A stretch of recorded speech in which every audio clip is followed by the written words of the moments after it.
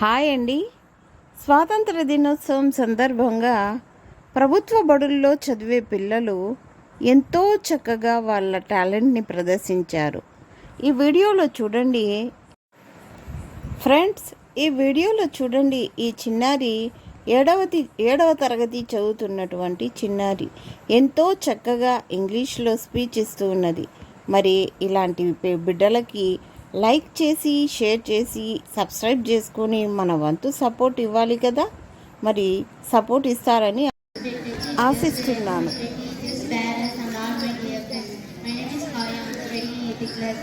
First of all, I wish you a happy Independence Day.